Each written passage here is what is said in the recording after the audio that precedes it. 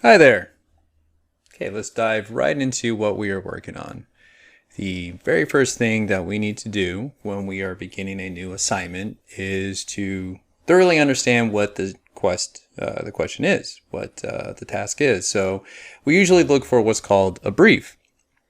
And the brief can be sent in many different fashions. This one I have here on a WordPad, but usually if I were to assign out a brief or a task to one of my animators, I would put it in a task tracking software like Jira or sent in an email. But it's a place where we can always reference back to what the actual task is. So right here, essentially what we're going to be doing is creating a cinematic intro for a new level / boss character. And the idea is that we need to showcase the new level, introduce the character in a very cool and threatening way. We want this boss character to feel tough. So I'm going to go over how we can really convey that with the animation, but also the camera, shot selection, camera angles and such. And it goes on to say that we would like to have 3 or so shots of the level to establish its tone, and 1 hero shot of our new character entering into the scene.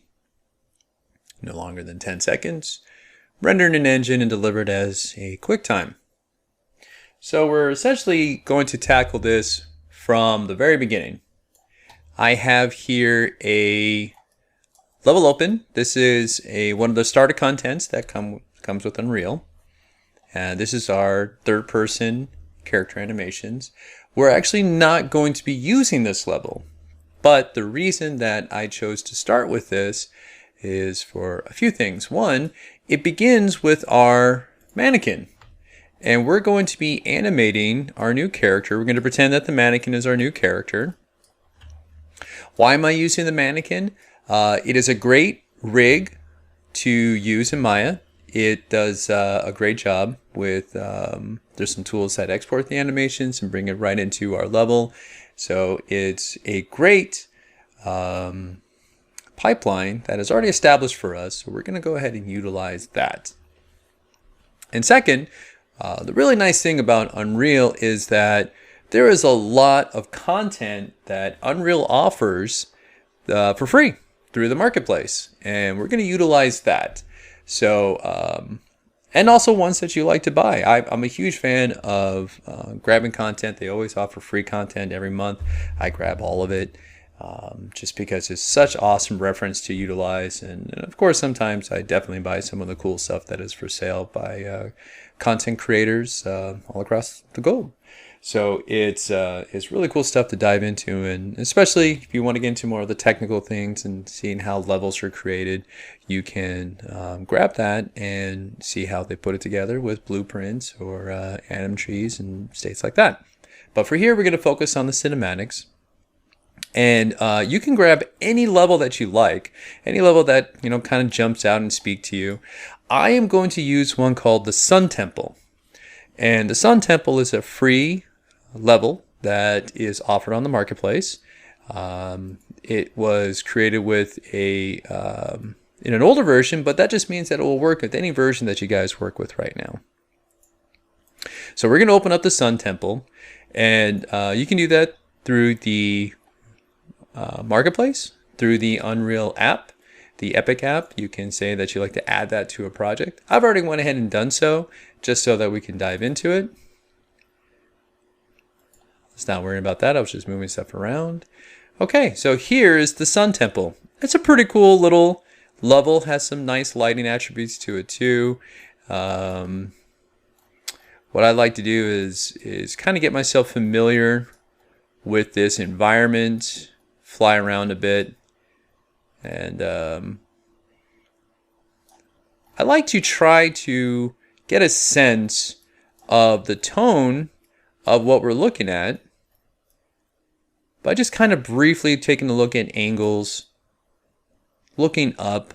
What's really nice about this level is that there's a lot of tall architecture, a lot of if you look at this, a lot of repeating lines and such. These shapes are all essentially the same. We're seeing a lot of tall, and one thing that we'll be dealing with a lot in this tutorial is talking about cinematography, talking about how we convey emotion through the shot selections that we do, the angle of the cameras. There is an incredible book that I always recommend all students that I have the privilege of teaching to take a look at that are interested in getting into story, called 5 C's of Cinematography. And it goes over the essential principles that we want to always keep in mind when we are working with any type of cinematography. Now, of course, the $1,000,000 question is, what exactly is the 5 C's of cinematography? Well, it's camera angles, or simply put as camera, continuity, cutting, close-ups, and composition. And we'll essentially touch on all of that in this lesson. But let's talk about the first one, which is composition. Now, Unreal has a pretty cool feature that we're going to use, in which you can use a cinematic camera. So what I'm going to do is I'm going to create a cinematic camera and use, it gives a feature in which you can use a grid. So if I head over here to cinematic camera actor, I'm bringing it on in. And it gives me a nice pop-up window right here. But what I'd like to do is switch it over to our camera right now. And actually, I have a couple of cameras that I've already placed into the scene. Let's clean that up a little bit. I have a few of these guys that I was just doing the exact same thing, where I was placing them in, seeing what the angles feel like and such. So here we are, cinematic camera actor 1. And I think we have another guy here we can just get rid of. Okay, so cinematic camera actor 1. I'm looking through it right now. This is the camera that I place in the scene. And what I'm going to do is use this overlay that is offered. And I would like to use a grid for right now. The reason I am doing that is that there is a great rule for when it comes to composition called the rule of thirds. And essentially what that means is if you were to divide your screen up into 3 segments, both horizontal and vertical, you're going to get these points. 1, 2, 3, 4. Those are the intersecting points. And what you like to do is keep your most interesting focal points within those areas. Now, it's not so much of it's not a hard and fast rule. That's the nice thing about creating type of art. Actually, I like this composition. I just kind of found myself in right here. It's not a hard and fast rule to only have your subject matter in these points. It's just essentially guidelines. And of course, if you're able to break those and find something more interesting, awesome. Go ahead and do that. But what I like about this is that it gives us this nice little framing element. I like this big architectural statue right here. Pretty cool, something to catch your eye. So I'm going to essentially work with that. I like this. I'm going to move on to creating another camera shot. So from here, I'm going to go back to default view. Now, where did that camera go? That camera's still there. He is right there. Boop. And we're going to go ahead and give him a name. Whenever, this is kind of a funny thing I do. Whenever I decide to keep a camera, I'll throw a lot of cameras in. It's like, nah, I don't like that, and I'll get rid of it. But when I decide to keep it, I'll say, you know what, that's it. We're going to go with that one. And we're gonna go ahead and name them. It's almost like you're saying, you know what? Boom, you passed the test. You're gonna stay. So let's give them a name. Because if you remember the brief, let's bring that brief back over here. We like to have 3 or so shots to establish this tone. So these are establishing shots. I'm going to go ahead and call this one establishing shot cam 1. Now, does that mean when I create the edit, that is the first shot in the series? No, not at all. It's just helping me keep things in place. And the beautiful thing about working in this fashion is that you can keep it loose. You can keep it manageable. You don't have to make a decision that that's my first establishing shot. You don't have to make that right now. We're looking for good camera angles that we would like to use, and in this fashion, it keeps it more freedom for creativity and just to be inspired. Now, and we'll see this a little bit later. Maybe I create these camera shots and I don't like it. Once I get into the edit, it's like, you know what? I'm not a big fan. It didn't really work for me. It didn't speak to me. I think I'm gonna, not use it. Totally fine. Totally fine. So many shots fall on the edit room floor. That's an old saying, because at one time when you would edit, you would actually literally edit rolls of film, and when you didn't like it, you cut it and it just kind of falls on the floor, kind of throwing the trash out, and they sweep it up at the end of the day. But here's another one. It's in Cam Actor here. Very similar to what I've seen before, like what I had before. I like the low. Oops, I kind of got tumbled out of there. I like the low angles. It gives a sense of, makes you feel small, makes things feel very foreboding. And that's what we want to do. We want to make this, the tone of this is going to be that of, this is spooky. This is a, scary area. And I'm just looking for the composition. Again, I can turn on my, whoops, didn't want to do that. I can turn on my cinematic view right here and turn on here. Let's go back to my camera that I just had. Turn on this guy right there, my grids, if I would like to. If you notice that I like keeping my main shapes in the same type of area. Now you see that there's a lot of these game elements. There's lights, there's reflection probes. Sometimes I can get in the way. If you press G, boop, goes away. So this is a decent composition. Go ahead and keep that guy for now, and let's go ahead and give him a name as well. Establishing, shot cam 02. And again, is that my second camera that's going to be in the edit? Nope. It just means that I have another camera over there that I like.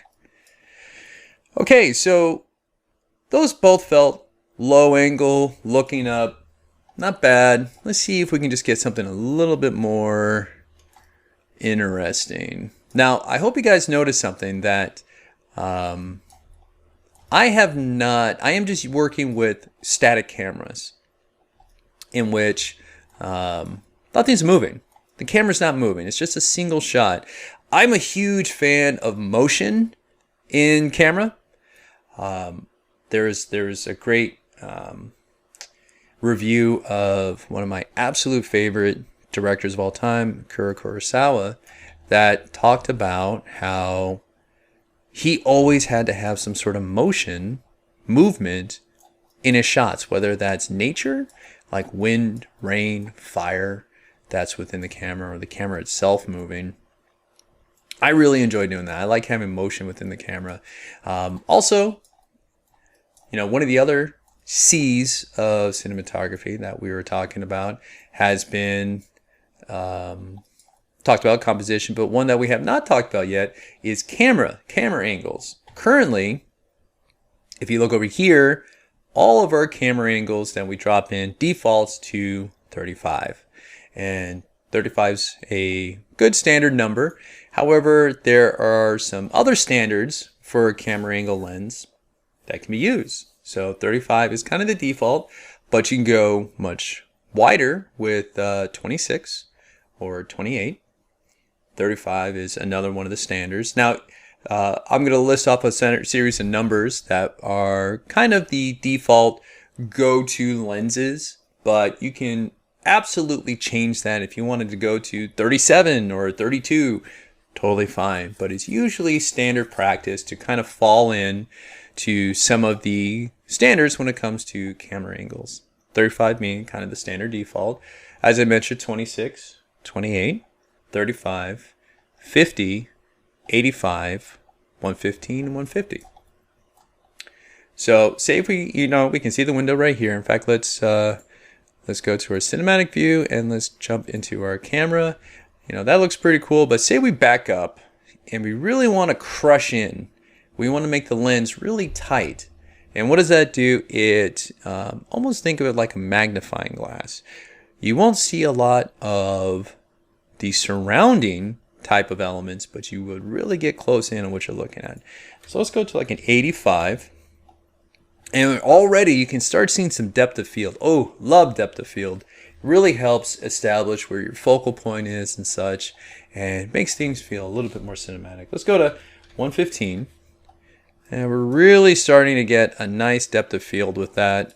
This is kind of cool because there's these two elements, these two kind of headless statues that are back to back. So what I like to do now is let's tamper a bit with the depth of field. Let's go ahead and type in depth of field method. We're looking at that's fine, and let's focal depth. We're going to change this. Not that one. Not that one. Looks like we are calling it in a different place. Let's see where we can find it. Camera component. Great. Oh, it actually might be in our post-process global post. Oh, we have a couple of them in here. My goodness. Let's see. Here we go, right there, depth of field. And it doesn't seem, so this happens often, and I'm actually really glad we're talking about this. So sometimes when you work with assets that are from the marketplace, in which someone else created them, there's really no wrong way to create assets. There's just different ways of doing so. And sometimes people use one post-process, one global post. Actually, it looks like they did it here. One global post-process. Oh, no, that one doesn't work either. Sometimes there's many of them, like what we see right here. And you kind of find yourself going through and saying, geez, which one is the one that actually does the work for me? It's completely fine. Like in this case, get rid of them. They're gone, so that we don't have to really worry about trying to find it and having, competing different types of issues with that. Make it simple for yourself. So here we go. Let's see if we can get see current aperture. There we go. So we're working on that on the aperture, straight onto the camera. What is aperture? Well, aperture refers to actual real-world cameras in which it's how much light is being allowed into the lens. So when you have less light, you have a further depth of field. And when you open it up, you start seeing more of the actual space. So you're not actually changing your depth of field. If you look here, this doesn't change in the background. It's just how much is actually being allowed into the lens. But for now, we're just going to go ahead and change this to open up wide so that we can see the different type of focal points on this. I think this is kind of cool. This is just kind of a note to myself. I'm not animating the cameras now. I will once we get into actually creating the sequencer file. But what I like to do is get this nice kind of motion right there where we see both of them kind of mirroring. That's pretty cool. Let's just go ahead and keep this guy. So we're going to establishing shot, send camera. Oops, actually, what do we call the last ones? I like to, here we go. shot, cam. Okay, good. Yep. Cam 03. Boom, we got 3 of them right there. Cool. And this is kind of a note to myself, like, hey, I like to animate that shot. That felt pretty cool. And what we can do from there is have, we can create those. We can render them out, and we can put them into the edit and see how it feels. And if it feels great, cool, keep it. If not, like I said, editing room floor, and that's fine. This is kind of cool too. I'm just, and again, this is just me tumbling around. I don't have a camera in the scene.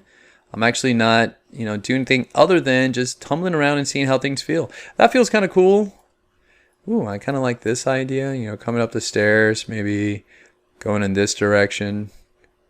That's pretty cool. That feels, gives an idea that we're walking up, just having a nice slight movement. And even the other cameras that I showed before that are static in the scene, I'll give a little bit of a push in. They just move a slightly bit forward, so it makes it feel as if there's movement, your movement going into it, which is cool. I think I like that one. We're going to go ahead and create another camera right there. Move this guy around. You know what? Let's jump right into it so it's easier to tumble over there. Oh, by the way, I just noticed something you guys might be saying to yourself, where it's like, hey, this looked a lot different when I just saw it. It looked a lot different. And all of a sudden it's, the lighting's nicer and I see reflections. What happened?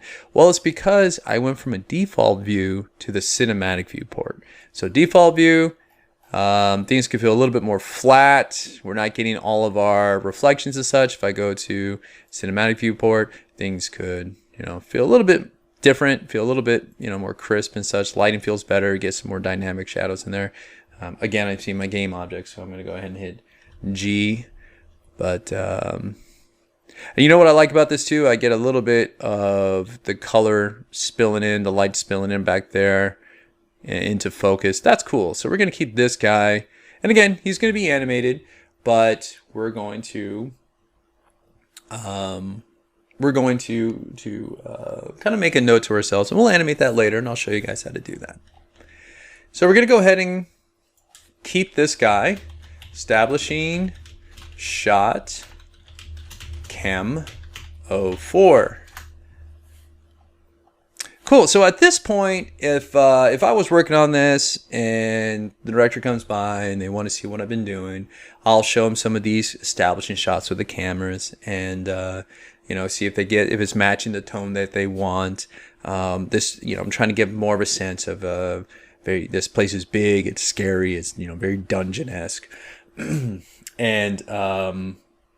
it's very much how thumbnails will be approached. If I was a board artist, and when I was a board artist working on shots, I would do very loose kind of establishing shots, see if that's what they want. But the nice part of being able to do this in Engine is that all the the cameras is there for me, and I'm utilizing those tools. So and finding that the hero shot. In fact, the hero shot is next. We're going to jump into that next